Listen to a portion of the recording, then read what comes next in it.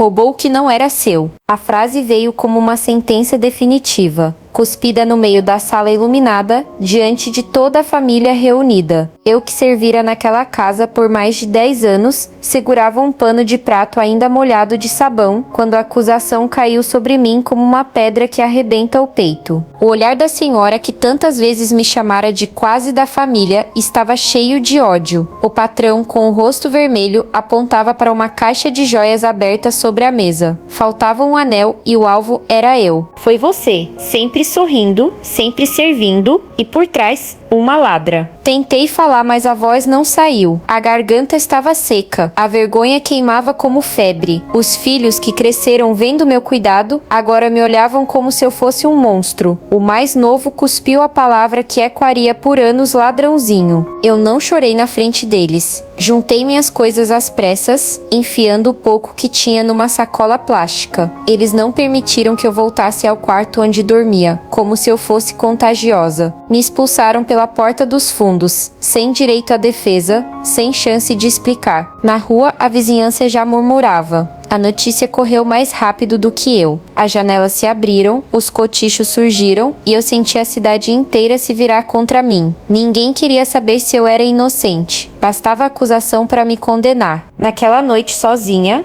num quarto alugado com o pouco que restava, chorei como nunca. Chorei pela injustiça, pelo desprezo, pelo peso de uma mentira que me esmagava. Eu havia dedicado meus melhores anos àquela família. Cuidara dos filhos, da comida, da roupa, da casa inteira. Estava ali quando adoeceram, quando precisaram, quando ninguém mais quis estar. E no final o pagamento foi a humilhação pública, a expulsão sem provas. Escrevi num caderno barato: roubaram minha dignidade, mas não levarão minha verdade. No dia seguinte, acordei com os olhos inchados e o corpo cansado. Pensei em desistir, pensei em sumir, mas uma voz dentro de mim dizia que não seria o fim. Se eles me haviam condenado sem provas, um dia a verdade viria. Eu só precisava sobreviver até lá. Procurei trabalho em outras casas, mas a fama já havia corrido. Você não é a tal que roubou joias? Perguntavam. As portas se fechavam antes mesmo de eu terminar a frase. Passei fome, lavei roupas por trocados, limpei quintais, fiz de tudo para não cair de vez. As palavras voltavam em cada esquina. Roubou o que não era seu. Mas dentro de mim, uma chama começava a se acender. Eu sabia quem eu era. Eu sabia o que tinha feito e o que não tinha feito. E prometi que um dia, de algum jeito, provaria minha inocência. Os dias que vieram depois da acusação foram os mais longos da minha vida. A cada manhã eu acordava com a sensação de que o mundo inteiro sabia da mentira que tinham contado sobre mim. Os olhares na rua não eram mais os mesmos. Alguns se afastavam, outros murmuravam, outros apenas me atravessavam como se eu fosse invisível.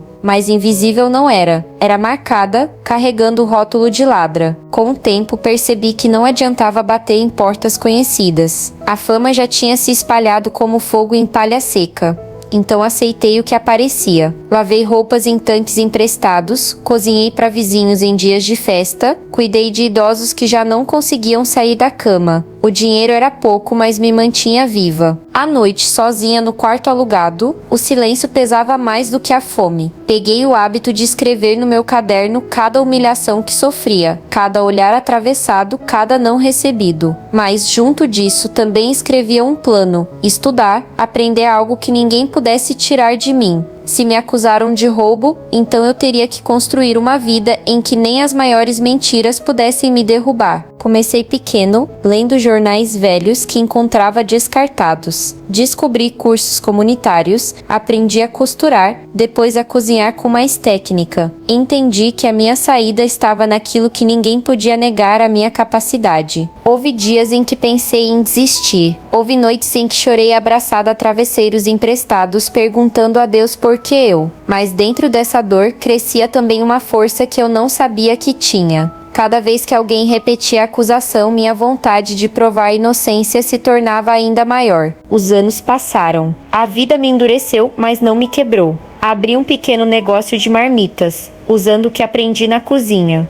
No início eram poucas encomendas, mas com dedicação e boca a boca, fui conquistando clientes. Cozinhava de madrugada, entregava de manhã e durante a tarde cuidava de outros trabalhos. Era exaustivo, mas pouco a pouco construí uma nova reputação. E foi nesse processo que conheci pessoas diferentes, que me trataram com respeito, que viram em mim mais do que o rótulo injusto. Alguns sabiam do passado, mas decidiram acreditar no que viam diante deles, uma mulher trabalhadora, incansável, que não desistia. Ainda assim, no fundo, a ferida continuava aberta. Eu podia estar reconstruindo a vida, mas nada apagava o dia em que fui acusada injustamente. O anel desaparecido, a frase cuspida na sala, a expulsão pela porta dos fundos, aquilo ainda me perseguia. Foi numa tarde qualquer, enquanto organizava minhas entregas, que uma notícia mudou tudo. Um antigo funcionário daquela família havia sido preso por furto em outra cidade, e nos depoimentos revelara ter levado várias coisas da casa onde trabalhou antes, inclusive o anel que anos atrás disseram que eu havia roubado. Meu coração disparou. Era a primeira rachadura na muralha que tinham erguido contra mim. Pela primeira vez em anos, havia uma prova de que eu dizia a verdade. Eu não era ladra. Eu nunca havia sido. Chorei sozinha naquela noite, não de tristeza, mas de alívio. A verdade, enfim, começava a aparecer, mas eu sabia ainda não era suficiente. Eu precisava mostrar ao mundo inteiro. Eu precisava que todos que me humilharam me vissem de pé, forte e inocente. No dia seguinte, à notícia da prisão do antigo funcionário da família, eu acordei diferente. O peso que carregava no peito parecia mais leve. Por anos vivi sufocada pela acusação que nunca consegui apagar. Agora, finalmente, havia uma prova que podia limpar meu nome. Mas eu não queria apenas limpar meu nome. Eu queria que todos que me chamaram de ladra me vissem vitoriosa, mais forte do que nunca. Levei algum tempo para digerir aquilo. Entre as entregas de marmitas e os serviços que ainda fazia, comecei a organizar meus pensamentos. O anel que um dia me expulsou daquela casa já não tinha o mesmo valor para mim. O que importava era o que eu havia construído desde então. A empresa que comecei sozinha, na cozinha improvisada do meu quarto alugado, agora já tinha clientes fixos, encomendas constantes e até 2 ajudantes. Eu, a ladra expulsa, era agora uma pequena empresária. Quando a notícia se espalhou, alguns vizinhos que antes me viravam o rosto começaram a me tratar diferente. Eu sabia que você não era capaz de uma coisa dessas, diziam. Mas eu lembrava bem. Muitos deles tinham repetido a acusação anos atrás. Guardei o sorriso, mas dentro de mim crescia uma sensação, era hora de devolver cada palavra com a força da verdade. Um advogado amigo de um cliente me procurou e disse: "Você tem base para abrir um processo de difamação. Pode pedir reparação." Pensei sobre isso, mas percebi que não era dinheiro que eu buscava. Não queria apenas um papel assinado. Queria algo mais profundo, que todos os que me chamaram de ladra dissessem, em voz alta, que estavam errados. Foi nesse momento que planejei o reencontro. Anos depois, a família que me acusou anunciou uma grande festa de aniversário do patriarca. Eu fiquei sabendo por conhecidos. A casa estaria cheia de convidados, vizinhos, gente importante. Seria o palco perfeito. Preparei minhas provas, recortes de jornal da prisão do funcionário verdadeiro, o depoimento registrado, documentos oficiais. E fui. Entrei pela porta da frente, de cabeça erguida, com um vestido simples, mas digno. Alguns me olharam com surpresa, outros com desconforto. A senhora da casa empalideceu ao me ver, como se tivesse visto um fantasma. O patrão, aquele que um dia cuspiu as palavras cruéis,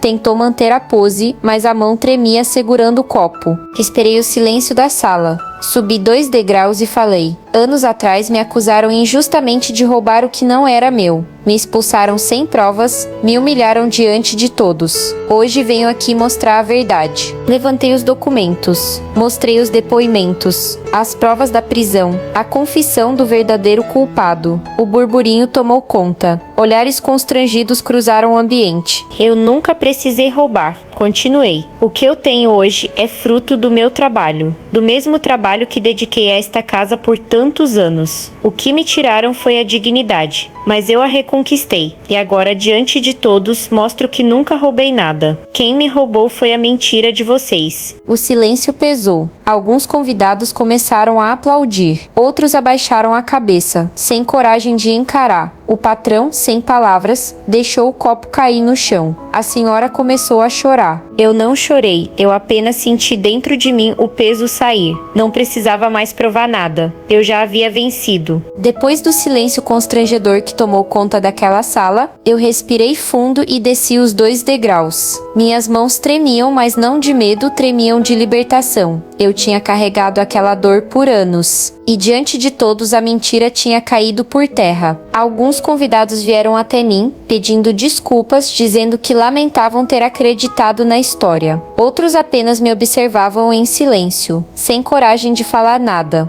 Mas o que mais me marcou foi ver os filhos daquela casa, já adultos, com os olhos cheios de lágrimas. Eles se lembravam do quanto eu havia cuidado deles quando eram pequenos. E agora pareciam envergonhados de terem me chamado de ladra. O patriarca, o mesmo homem que um dia gritou que eu havia roubado, tentou se aproximar.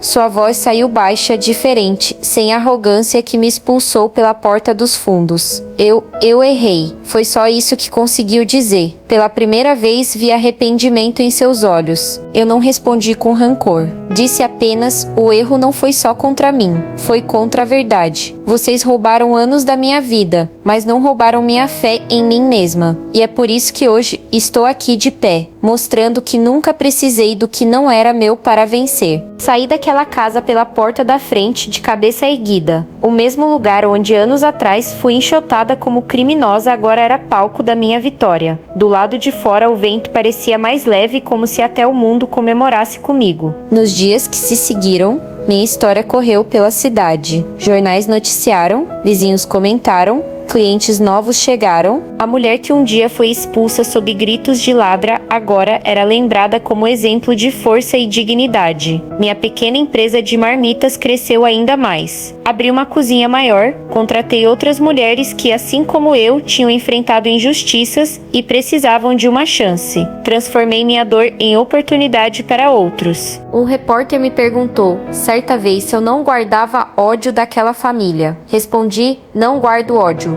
guardo memória. A memória da dor que me empurrou para construir o que tenho hoje. Eles me chamaram de ladra, mas no fim quem perdeu foram eles, perderam a chance de ter ao lado alguém fiel, honesto e trabalhador. As pessoas começaram a me aplaudir, não apenas pelo que provei, mas pelo que construí depois. Já não era apenas uma questão de inocência, era de superação. Anos depois, voltei a cruzar com alguns membros da família em eventos públicos. O constrangimento ainda estava nos rostos deles, mas para mim já não havia peso. Eu havia transformado a página mais dolorosa da minha vida em um capítulo de vitória. Hoje, quando penso no passado, não sinto mais a mesma dor. Sinto gratidão, porque foi a injustiça que me empurrou a buscar mais, a aprender, a crescer, a acreditar em mim quando ninguém mais acreditava. E se posso deixar uma mensagem, a mentira pode até correr mais rápido que a verdade, mas a verdade nunca perde a chegada. A justiça pode demorar, mas quando vem, cala qualquer voz que ousou rir da sua dor. Eu fui chamada de ladra. Fui expulsa, humilhada, desprezada. Mas anos depois voltei não apenas inocente, voltei vitoriosa. E diante de todos provei que ninguém rouba o que você constrói com honestidade e fé.